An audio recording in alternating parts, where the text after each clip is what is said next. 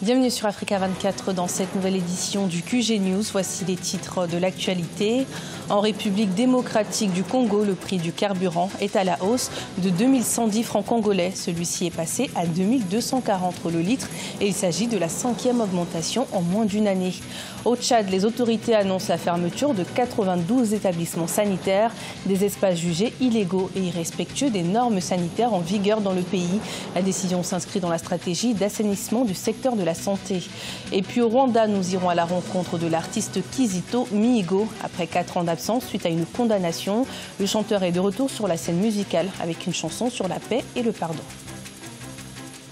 Mais tout d'abord, à Madagascar, le candidat à l'élection présidentielle, Marc Ravalomanane, a annoncé le retrait de ses plaintes contre la commission électorale qu'il avait déposée auprès de la justice.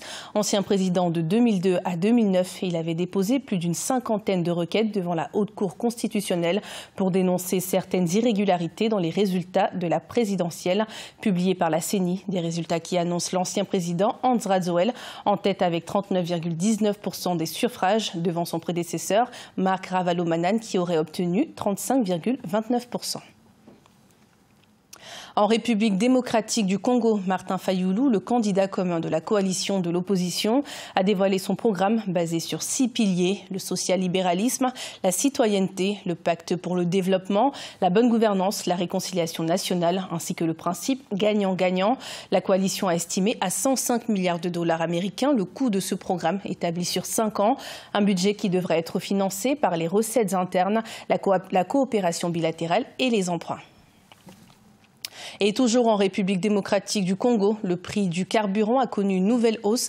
Ainsi, le litre d'essence est passé de 2110 francs congolais à 2240 francs.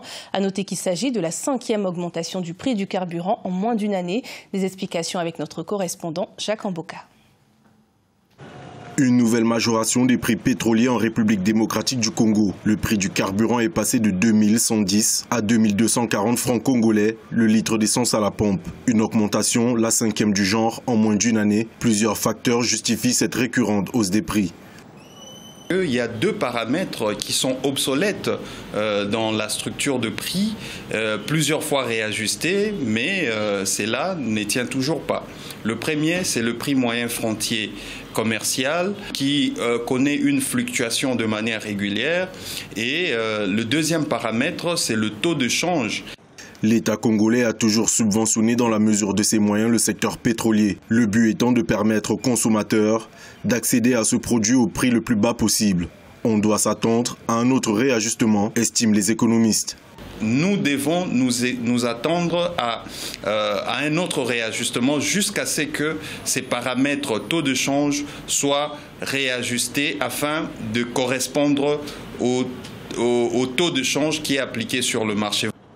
La majoration du prix de carburant en République démocratique du Congo, comme partout ailleurs, est accompagnée de diverses conséquences affectant le quotidien de la population. Elle favorise le demi-terrain qui consiste pour les chauffeurs de taxi à diviser en 2 une course pour gagner plus, ce qui expose les passagers à débourser un peu plus. Au Cameroun, les 10 élèves et leur principal enlevés dans la ville de Kumba ont été libérés ce 21 novembre, 24 heures après leur enlèvement. C'est ce qu'ont annoncé les autorités nationales. Et le bilan des autorités fait état d'au moins 2 assaillants neutralisés ainsi que des armes saisies. L'établissement scolaire de ces élèves a été fermé jusqu'à nouvel ordre. Et pour rappel, les prises d'otages en zone anglophone sont de plus en plus récurrentes. Dans la majorité des cas, des rançons sont demandées avant la libération des otages. Au Tchad, les autorités ont annoncé leur intention de fermer 92 établissements sanitaires jugés illégaux et irrespectueux des normes sanitaires en vigueur dans le pays. Une décision qui fait suite à un rapport d'une mission gouvernementale de contrôle des structures sanitaires qui estime que près de 2 tiers des centres de santé privés importent des médicaments d'origine douteuse et ne respectent pas leur cahier de charges. Reportage de notre correspondant Mahamat Ramadan, commenté par Adjidatou Badawi. Au Tchad, d'après un récent rapport de la mission de contrôle des structures privées de santé, 12% des établissements sanitaires ne respectent pas les normes en vigueur dans le pays. Pour faire le ménage, le gouvernement a annoncé la fermeture éventuelle des 92 établissements sur les 321 contrôlés et la mise en demeure de 101 autres. Assainir le secteur pharmaceutique pour préserver nos populations de tous ces vendeurs de mort à vil prix et maintenant la confiance des populations du système de santé de notre pays. Sur 1 million de décès du paludisme dans le monde, on estime que 200 000 environ auraient pu être évités si les patients avaient été soignés avec les vrais antipaludéens.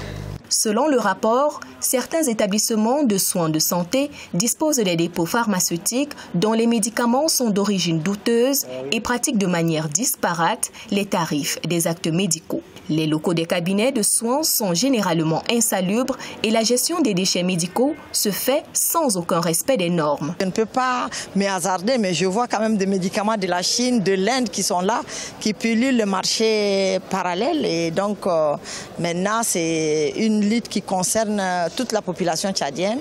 Ça ne s'arrête pas seulement au niveau des pharmaciens, mais on aimerait que les ministères concernés nous accompagnent. Par rapport à ça. C'est vrai, la lutte est vraiment longue, mais quand même, on a commencé. Sont concernés par la mission du contrôle les cliniques, les cabinets médicaux et des soins, les pharmacies, les dépôts pharmaceutiques et les laboratoires d'analyse privés. Par ailleurs, les autorités de la santé publique ont annoncé la création d'une police sanitaire pour assurer le suivi des structures de santé privées. Au Rwanda, le musicien Kizito Mihigo est de retour sur la scène après 4 années d'absence. Condamné à 10 ans pour conspiration contre le gouvernement en 2015, Kizito a bénéficié de la grâce présidentielle en septembre dernier avec plus de 2000 autres prisonniers. 2 mois après sa sortie de prison, il sort une chanson qui parle de pardon et de paix. C'est un reportage de notre correspondant Fraterne Dakiaï Senga.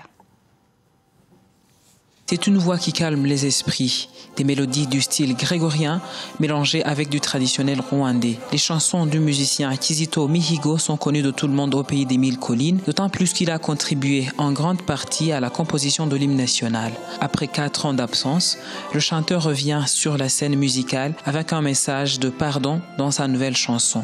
Ma chanson, sortie récemment, je l'ai appelée en Kinyarwanda Aho kuguhomba yaguhombya. En français, je veux dire, au lieu de te perdre, Dieu te ferait perdre ta fortune. J'essaie de traduire.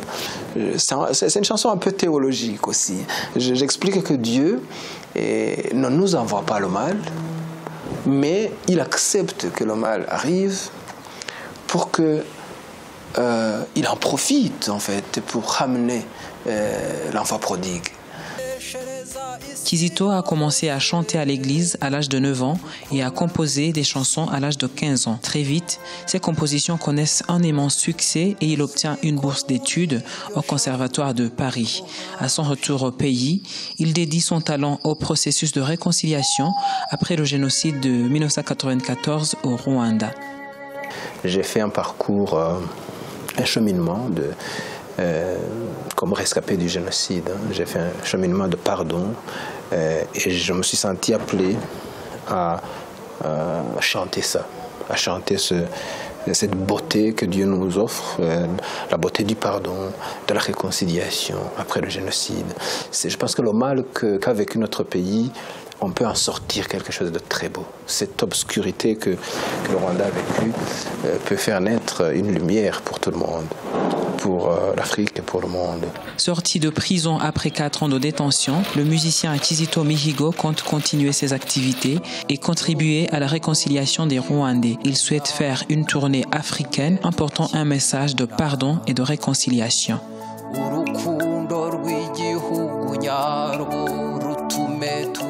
Ce journal a été préparé par l'ensemble de la rédaction. Merci de votre fidélité. Retrouvez dans un instant une nouvelle édition de l'information sur Africa 24.